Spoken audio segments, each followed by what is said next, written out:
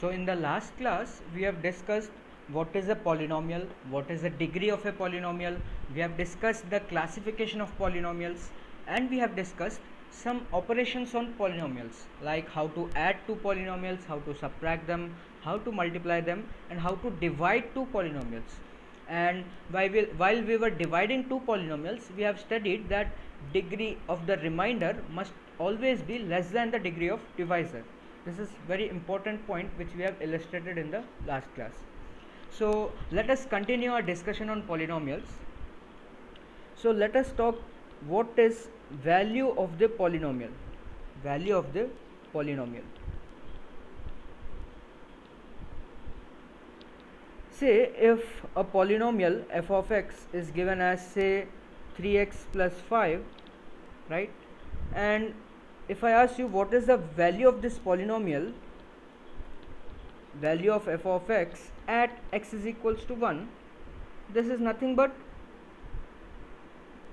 f of 1, that is 3 into 1 plus 5, so you get 8, right? So at x is equals to 1, the value of the polynomial is 8, right? Similarly, at x is equals to 2, at x is equals to 2, the value of the polynomial f of x, the value of f of x is 3 times 2 plus 5, that is 11. So to get the value of the polynomial, you just put the value of x at which the value of the polynomial is required. So if someone asks you what is the value of this polynomial, what is the value of f of x at say x is equals to minus 3 by 5, then you just put minus 3 by 5 in f of x, right? This is 3 into minus 3 by 5 plus 5, that is minus 9 by 5 plus 5, so this would be 16 over 5. So value of the polynomial is nothing but the value the expression takes at that particular value of x, right? So at any particular value of x, you can find out the value of the polynomial, right? Now let us understand what is 0 of a polynomial. What is 0 of a polynomial? What is 0 of a polynomial? So 0 of a polynomial is nothing but the value or the values of x, right? There might be more than one values also. So the values of x at which our polynomial f of x becomes equal to 0, right? The values of x at which the polynomial f of x becomes equal to 0 are called zeros of the polynomial. Zeros of the polynomial, right? So for example, if I ask you find 0 or zeros of the polynomial f of x is equals to say 7x plus 2, right? This is the question. So now see, what do we mean by 0? 0 means the value of x for which the entire expression, that is f of x, should become 0. So the value of x for which 7x plus 2 becomes equal to 0 is called the 0 of the polynomial f of x, that is 7x plus 2. So how will we find this 0 of a polynomial? We will just equate the given polynomial 7x plus 2 to 0. And now you can solve this. You can find x is equals to minus 2 by 7, right? So at x is equals to minus 2 by 7, the value of f of x is what? It is 0, right? So therefore 0 of f of x, 0 of f of x, that is 7x plus 2, 0 of this polynomial is minus 2 by 7, right? So to find the 0 of any polynomial, what you do? You just equate the polynomial to 0 and you solve for x, and that value of x is nothing but the 0 of the polynomial, right? So let us do one more example. Say if I ask you to find 0 or zeros of say 7x plus 3 minus 13x, right? This is a polynomial and you need to find its 0 or zeros. So what do? We just equate this polynomial to 0. So we just equate this polynomial to 0. So I'll get 7x plus 3 minus 13x is equals to 0, and here I will get 6x is equals to 3, and then x will be half. So 1 by 2 is the 0 of 1 by 2 is the 0 of the polynomial 7x plus 3 minus 13x, right? So this is how you can find the 0 of any polynomial. So let us take one more example. Find zeros of the polynomial. You can see that the polynomials above, that is 7x plus 2 and this polynomial, they had only one 0, right? You got only one value of x, that is 1 by 2, for which this entire expression equals to 0. And similarly here also you have only one value of x for which the entire expression is equals to 0. So there is only one 0 of these two polynomials, right? Because these are linear polynomials. We'll come later to this point that a polynomial of degree n has exactly n zeros, and those zeros might be real or might be complex, right? They might be imaginary, but a linear equation will always have only one 0. So you can see that you always have exactly one 0 for a linear equation. Now let us take an example of a quadratic polynomial, right? Find zeros of the polynomial.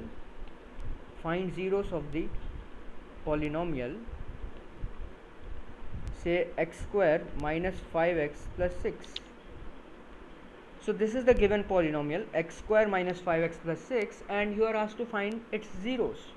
So what do? You just equate the polynomial to 0, and since this is a quadratic expression, or you can say this is a quadratic equation, then you know how to solve the quadratic equation. You can factorize this or you can use a formula.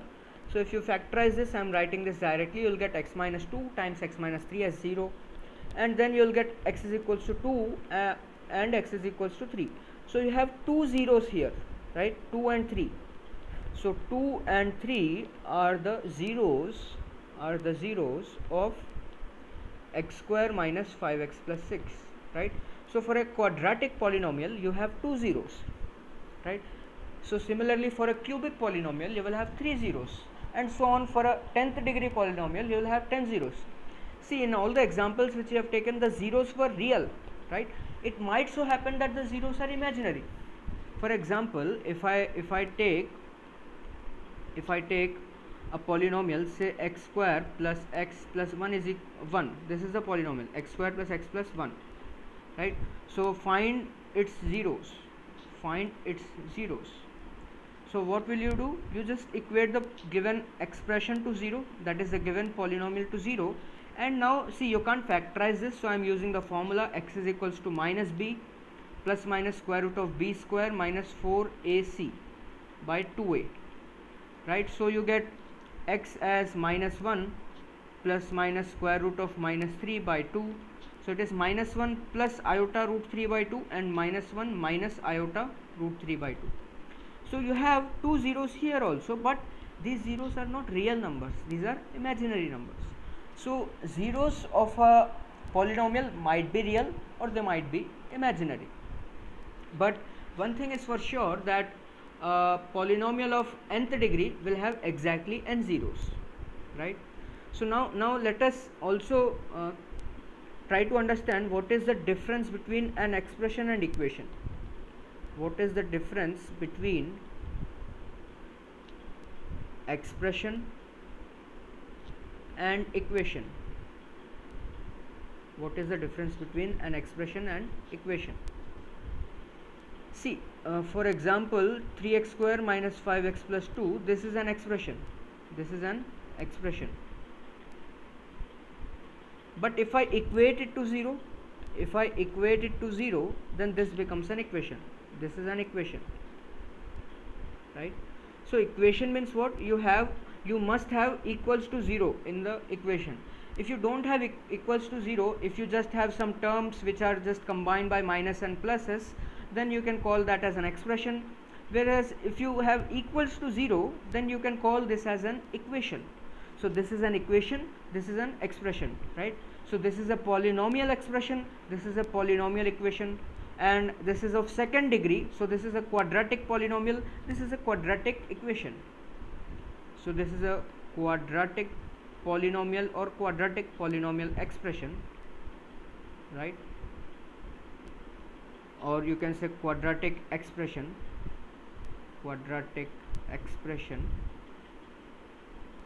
whereas this is a quadratic equation, because you have equals to 0 sign here.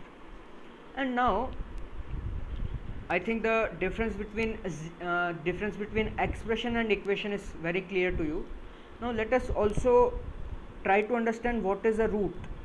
What is the difference between roots and zeros? Right? So for polynomial expressions,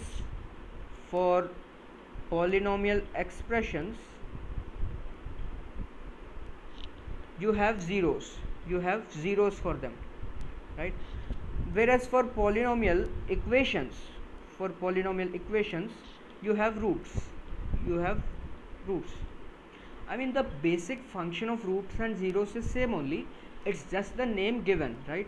If you have an expression, say 3x plus 5, then I can't say that minus 5 by 3 is the root of this expression. I say that minus 5 by 3 is a 0 of this expression.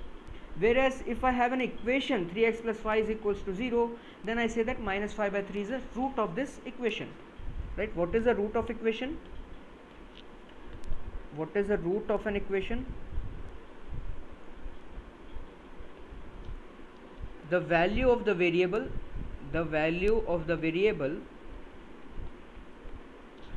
for which the equation is satisfied. The equation is satisfied is called the roots of the equation, right?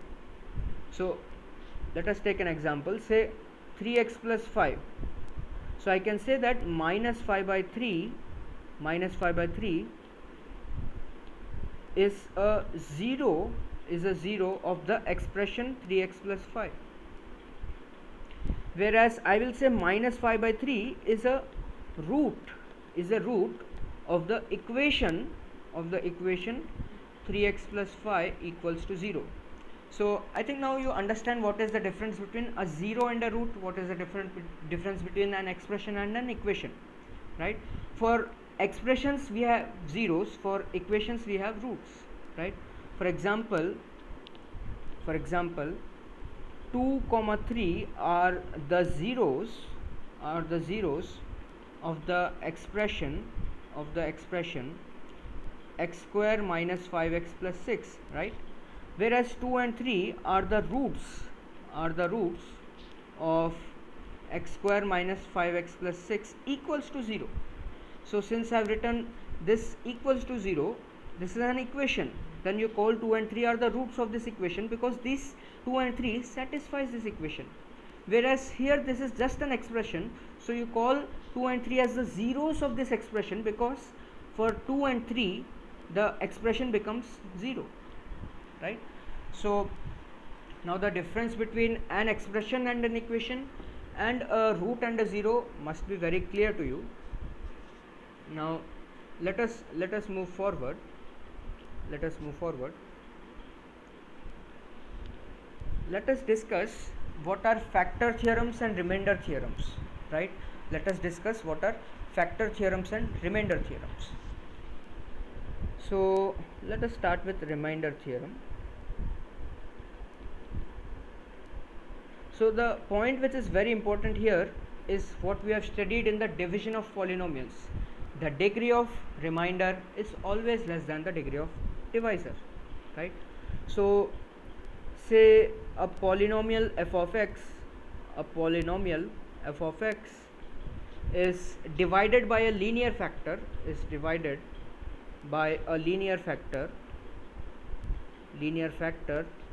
say x minus a, then the remainder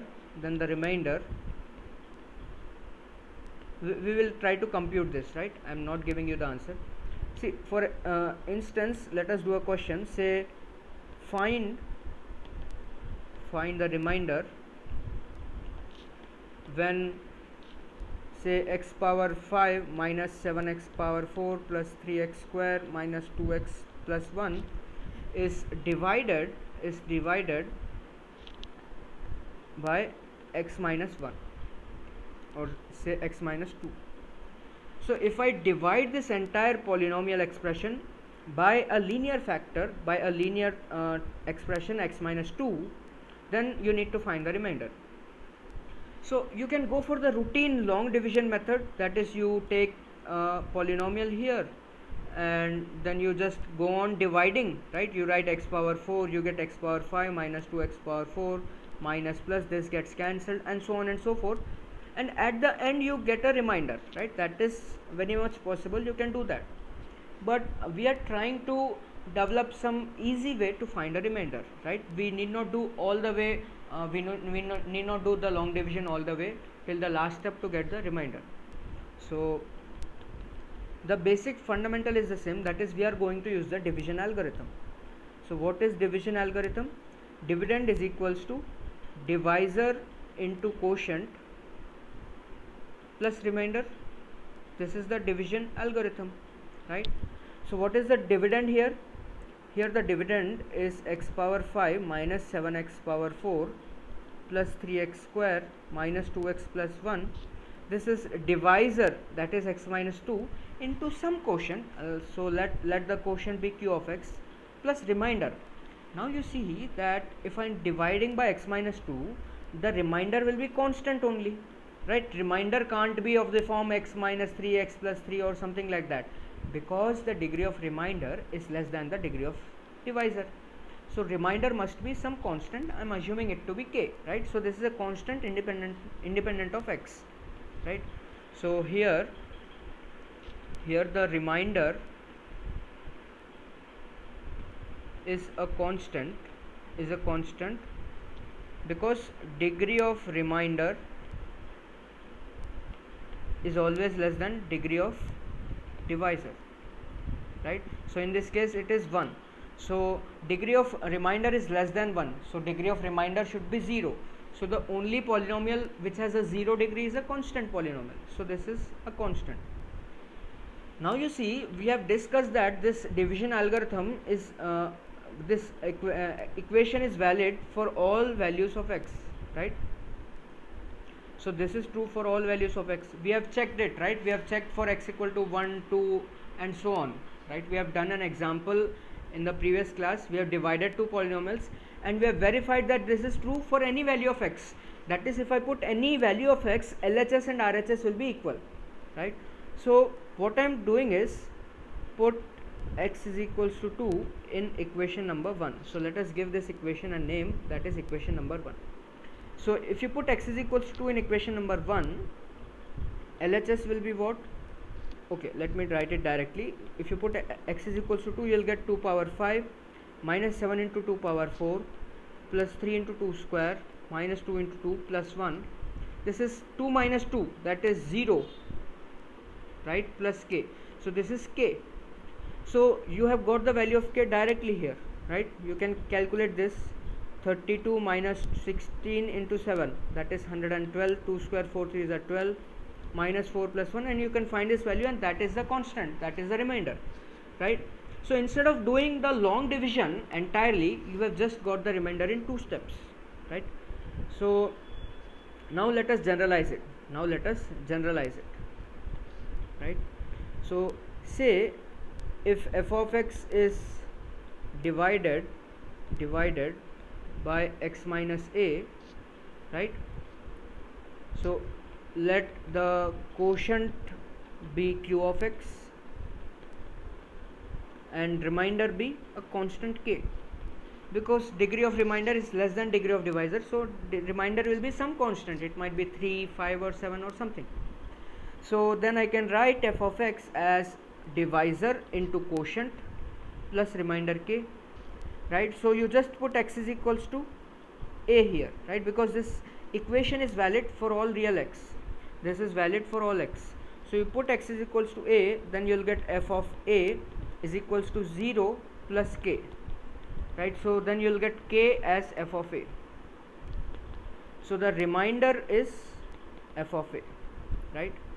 So let us come back to a remainder theorem, that if a polynomial f of x is divided by a linear factor, okay, not a factor, by a linear expression, by a linear expression x minus a, then the remainder is what? It is f of a, right?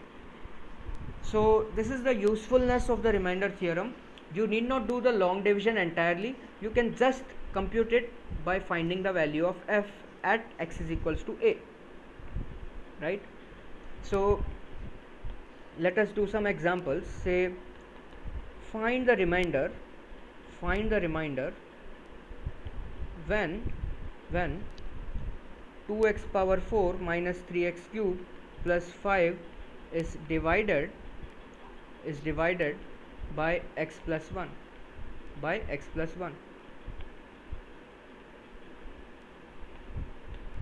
So by remainder theorem I can say that the remainder, first let f of x is equals to the given polynomial 2x power 4 minus 3x cube plus 5. So f of x is divided by x plus 1. So f of x is divided by x plus 1 means what? X minus 1. So remainder is what? Remainder is f of minus 1 by remainder theorem. So this is 2 into minus 1 whole power 4 minus 3 into minus 1 whole cube plus 5. So you will get 2 plus 3 plus 5, that is 10, right? So the remainder is f of minus 1, that is 10. Let us do one more example. Say find the remainder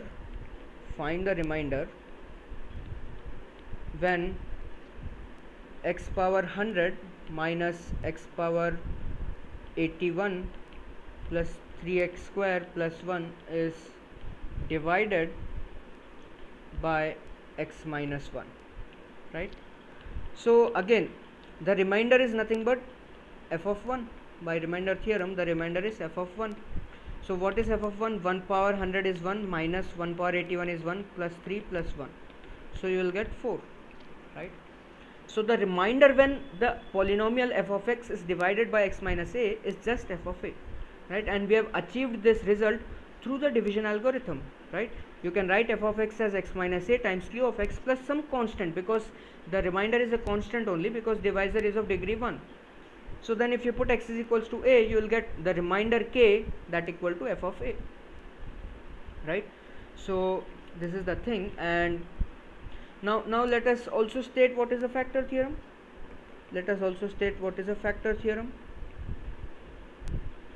See, we have discussed that if on dividing a polynomial f of x by some x minus a, the remainder is 0, then x minus a is a factor of f of x, right? So it states that if f of a is equals to 0, then x minus a is a factor of f of x, and this is very obvious, right? Because the remainder when f of x is divided by x minus a is f of a, and the remainder is given f of a is 0, so x minus a is a factor of f of x. That is, you can write f of x as x minus a times q of x, right? So you have f of x x minus a as a factor of f of x. So I think this is very clear to you. Now let us solve some problems.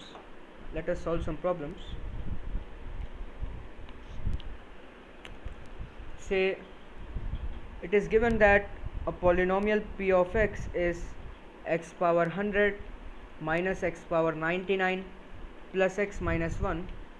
This is divided by x cube minus x, right? So find the remainder.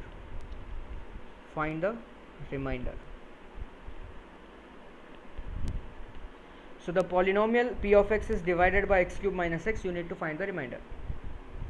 See, you can go on dividing this with x cube minus x, but it will take a lot of time, right? You need to reach till power 100. So we are not going to do that. Definitely we are going to use the division algorithm, right? So here degree of divisor is what? Degree of divisor is 3, right? Degree of x cube minus x is 3. So then degree of remainder is less than 3, right? So then I can assume let remainder is some ax square plus bx plus c, right? Because the degree of remainder should be less than degree of divisor. and degree of divisor is 3, so you can assume remainder as some ax square plus bx plus c, right? It can be at most of degree 2. So now let us use the division algorithm.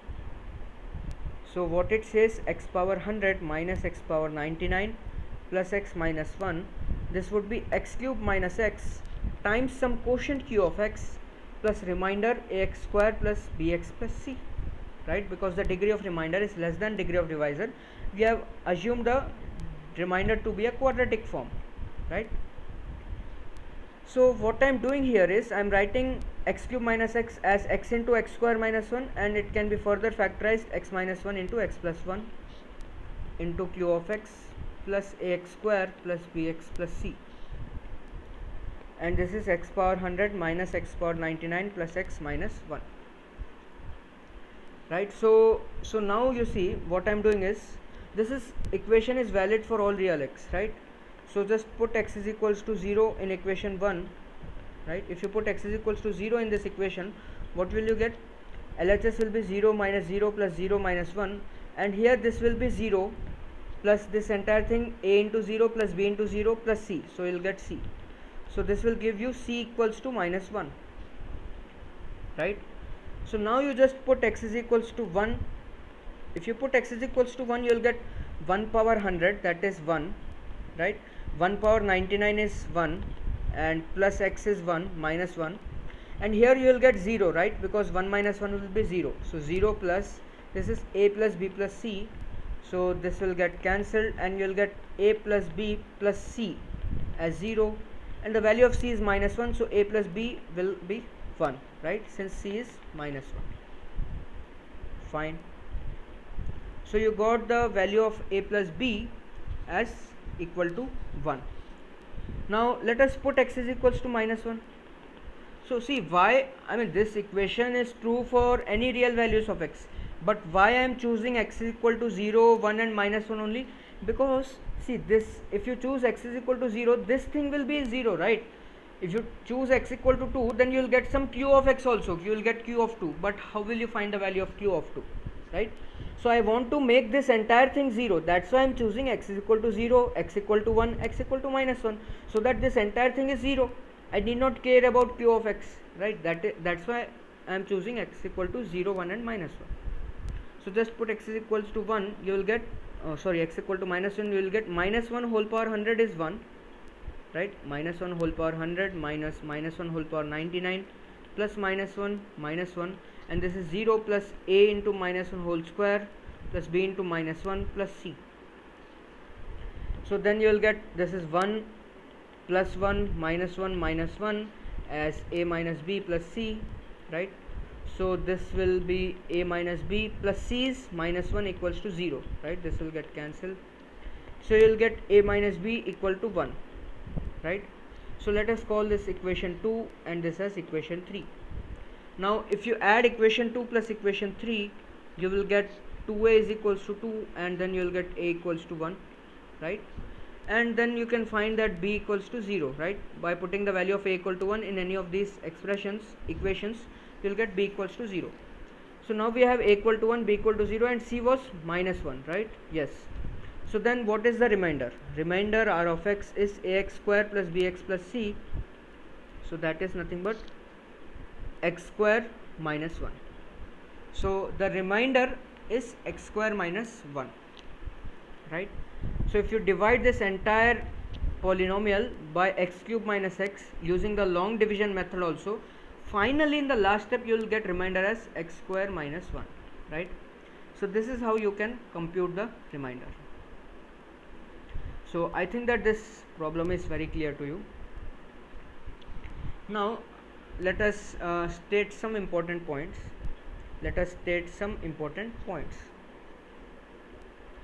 So let us discuss the fundamental theorem of algebra.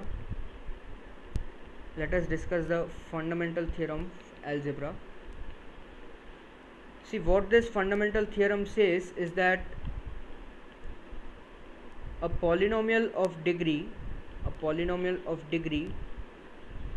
n greater than or equal to 1 has at least one root instead of a, let us write every polynomial of degree n greater than or equal to 1 has at least one 0, right? Since I have mentioned polynomial, I will mention 0.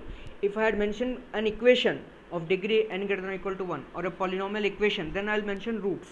Has at least one 0, right? And the 0 may be real or may be imaginary, right? Maybe real or complex. So complex set means it includes the real numbers also, right? The real numbers are a subset of complex numbers. So in complex numbers you have 2, 3, 5, 22 by 7 and so on. And you also have 3 plus 5 iota, minus 7 iota, 2 plus 3 iota and so on. So it states that every polynomial of degree n greater than or equal to 1 has at least one 0 in the set of complex numbers, right? That 0 might be real or complex. So by using this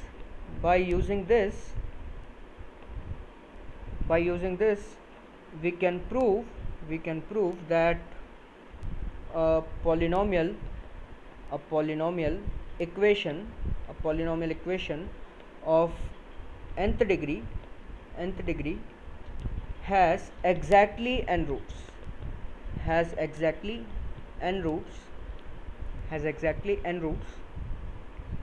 and those roots might be real, or those roots n roots might be real or complex, right? That is imaginary, right? So it might so happen that some roots are real, some are imaginary, right? So a fifth degree polynomial will have 5 zeros, or a fifth degree polynomial equation will have exactly 5 roots. Similarly, a 10th degree polynomial equation will have 10th roots, right? Some might be real, some might be complex, all might be real, all might be complex, so anything might happen, right? So this statement you can prove it. You need to prove it using this fact, right? Using fundamental theorem of algebra you can prove this statement. Fine. So this I'll leave it to you as an exercise. So now you see say a polynomial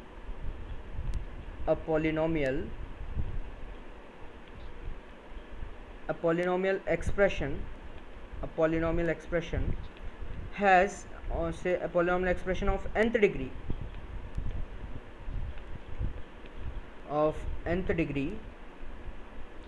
has zeros. It has n zeros, right? Has zeros, say alpha 1, alpha 2, alpha 3 and so on till alpha n, right? Because this is a polynomial expression of nth degree, you will have n zeros, so I'm calling the zeros as alpha 1, alpha 2 and up to alpha n. So now you see, since alpha 1 is a 0, then I can say that x minus alpha 1 is a factor of the polynomial expression f of x. Let us call the polynomial expression as f of x, right? So a polynomial expression f of x of nth degree has zeros, say alpha 1, alpha 2 and alpha n, and if alpha 1 is a 0, it means x minus alpha 1 is a factor of f of x, right? See, whenever there is a polynomial of nth degree, if you want to find its zeros, you will equate it to 0, and finally if you factorize it, at some point you will get x minus alpha 1 as 0, and then only you will tell that x equals to alpha 1 is a root of the equation or 0 of the polynomial, right? So if alpha 1 is a root of the polynomial, then x minus alpha 1 is a factor of f of x, right? And similarly x minus alpha 2, x minus alpha 3 and so on, x minus alpha n are factors of f of x, right? So since these are factors of f of x, it means what? F of x is x minus alpha 1, x minus alpha 2 times x minus alpha n, right? So since these are factors of f of x, I can write f of x as x minus alpha 1, x minus alpha 2 and x minus alpha n, right? So now you see, these are n linear factors. If you multiply them, you will definitely get x power n, right? So you will get nth degree of f of x. So you can't have more factors of any degree, right? You can't have any more factors. So you can't have any other factors. you can't have any other factors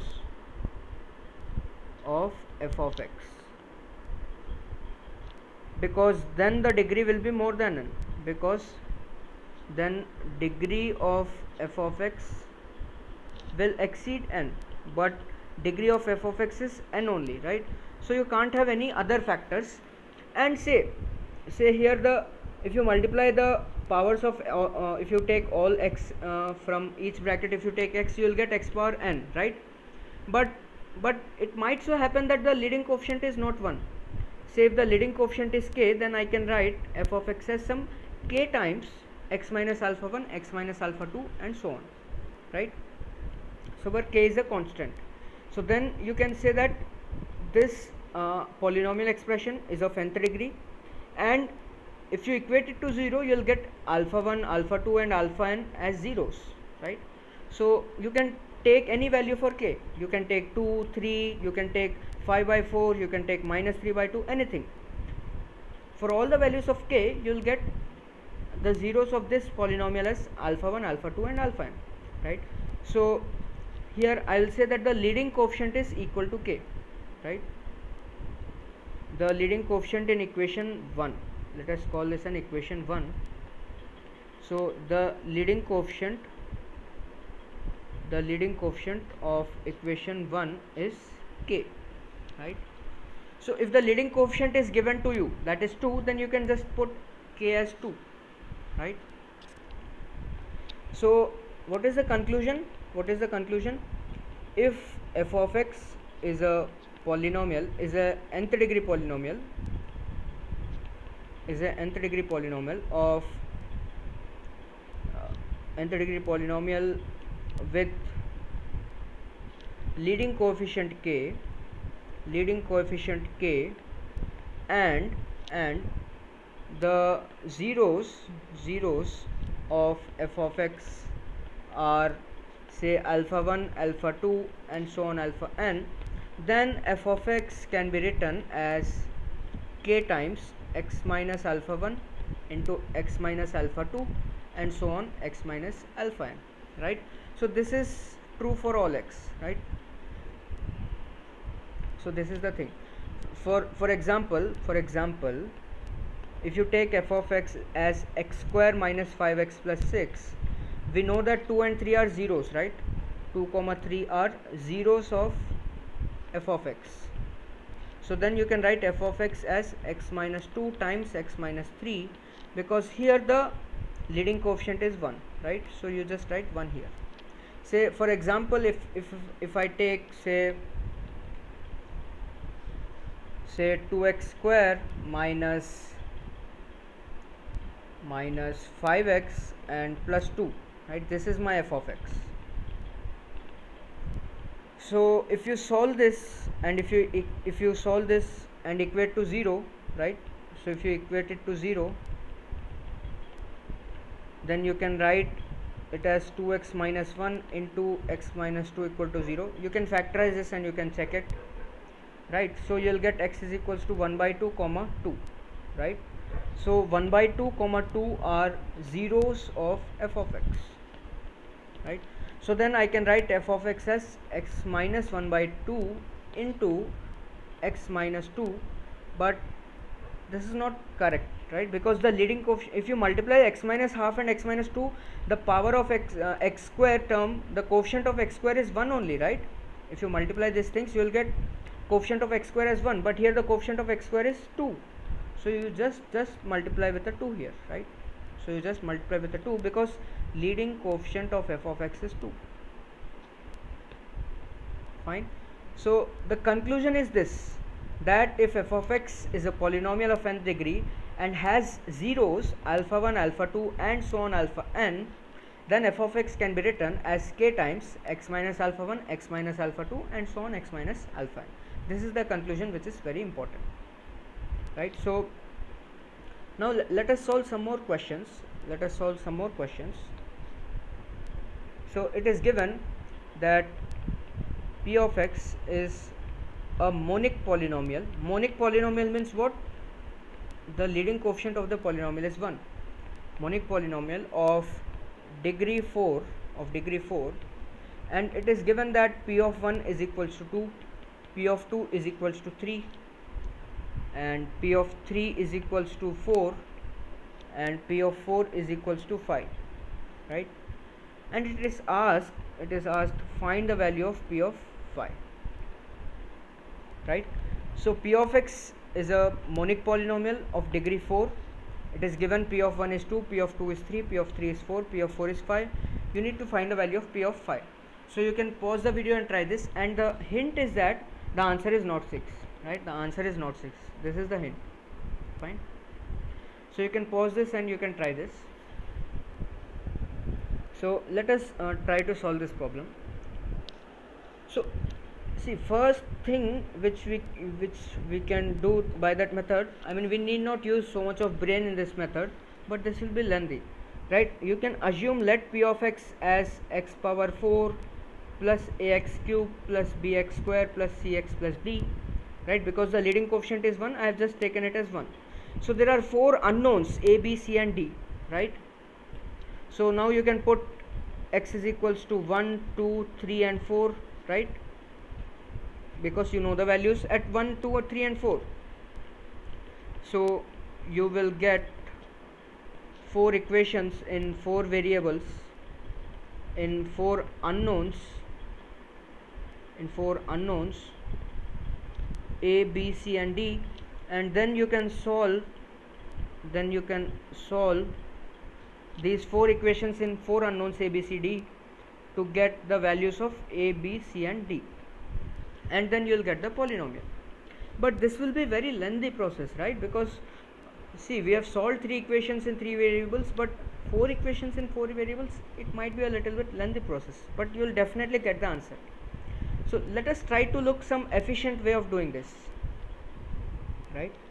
So what I am saying is, see, it is given that p of 1 is 2, p of 2 is 3, and p of 3 is 4, and p of 4 is 5, right? This is given, and p of x is of degree 4. Now if you see the pattern, see, if you add 1 to this you will get 2, if you add 1 to this you will get 3, if you add 1 to this you will get 4, if you add 1 to this you will get 5. So you can see that pattern, that p of x is equals to x plus 1 for x is equals to 1, 2, 3 and 4, right? P of x is equals to x plus 1 for x is equals to 1, 2, 3 and 4. This is true, right? For x equal to 1, this is true, p of 1 is 2. For x equal to 2 also this is true, for 3 and for 4. So what can I say is p of x minus x plus 1 equal to 0 for x equal to 1, 2, 3 and 4, right? So now you see that p of x is a polynomial of degree 4. Since p of x is of degree 4, if I subtract x plus 1 from that polynomial, still it will be of degree 4, right? We have seen in addition and subtraction of polynomials that sum or difference of two polynomials, the degree of the sum of polynomials is the maximum of the degree of the polynomials, right? So degree of p of x minus x plus 1 is also 4, right? Because if you take a 4th degree polynomial and if you subtract x plus 1, still the x power 4, x cube, x square terms will be as it is, right? Only x terms and constant will change. So degree of that polynomial will also be 4, right? So what I am saying is, let us say g of x as p of x minus x plus 1. So g of x is a polynomial of degree 4, right? This is of degree 4, and g of x equals to 0 for x equal to 1, 2, 3 and 4. Now you see, we are making an important point that the polynomial g of x of 4th degree, we know its 4 zeros, 1, 2, 3 and 4 are its zeros, right? Because g of x is 0 at x is equals to 1, 2, 3 and 4. So 1, 2, 3 and 4 are zeros of g of x, right? So then, since this is also 4th degree, then I can write g of x as some x lambda times x minus 1, x minus 2, x minus 3, x minus 4, right? Because it is of 4th degree and you know 4 zeros of this, so you can write x minus 1, x minus 2, x minus 3, x minus 4 as factors, and that's it. There won't be any other factor. And let us say you have lambda as a constant multiple, but you see that the leading coefficient of g of x is also 1. Leading coefficient of g of x is 1. Why? Because the leading coefficient of p of x is how much? It is 1, right? P of x is monic polynomial, means what? The leading coefficient of p of x is 1. That is, the x power 4 coefficient in p of x is 1. So in p of x minus x plus 1 also, the x power 4 coefficient will not change, right? If you subtract x power 4 ax cube bx square cx plus d, from this if you subtract x plus 1, the x power 4 coefficient will not change, it will be 1 only. So in g of x also the leading coefficient is 1. So this means that lambda is 1. So I can say that g of x is nothing but x minus 1, x minus 2, x minus 3 and x minus 4. That's it, because this is of 4th degree and we have 4 factors. But now what is g of x? G of x is p of x minus x plus 1. This is x minus 1 into x minus 2 into x minus 3 into x minus 4.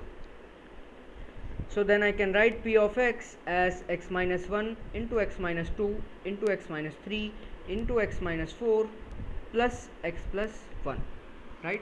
Now you can see p of 1 is how much? This is 0 and this is 2. P of 1 is 2. Similarly, p of 2 is 3. This is 0 and this is 3. Similarly, p of 3 is 4, p of 4 is 5. You can verify it. And now I was asked to find the value of p of 5. P of 5 is 5 minus 1, 4 into 3 into 2 into 1 plus 5 plus 1. So this is 24. 24 plus 6, that is 30. Right? So the value of p of 5 is 30. So let us just try to revisit what we have done. So we were given a polynomial p of x of degree 4 and monic. So leading coefficient is 1. And we were given p of 1 as 2, p of 2 as 3, p of 3 as 4 and p of 4 as 5. And we were asked to find p of 5. So you can observe the pattern that p of x is equals to x plus 1 for x equal to 1, 2, 3, 4. So I just brought all the terms to one side and I said that p of x minus x plus 1 is 0 for x equal to 1, 2, 3, 4. And I assumed this as a new polynomial g of x which is equal to 0 for x equal to 1, 2, 3, 4. And g of x is also of degree 4. So g of x has roots 1, 2, 3, 4.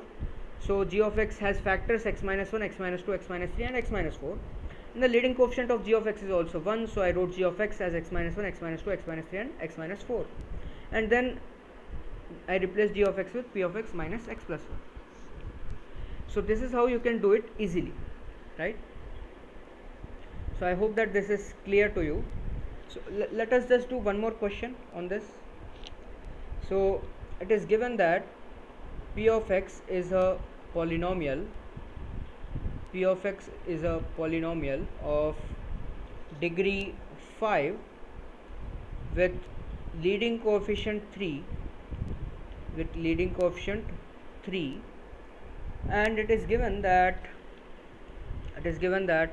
p of 1 is 0, p of 2 is 1, p of 3 is 4, p of 5 is 16, sorry, p of 5 is 9, just a second, yeah, p of 3 is 4, p of 4 is 9 and p of 5 is 16, and you need to find p of 6. Find p of 6.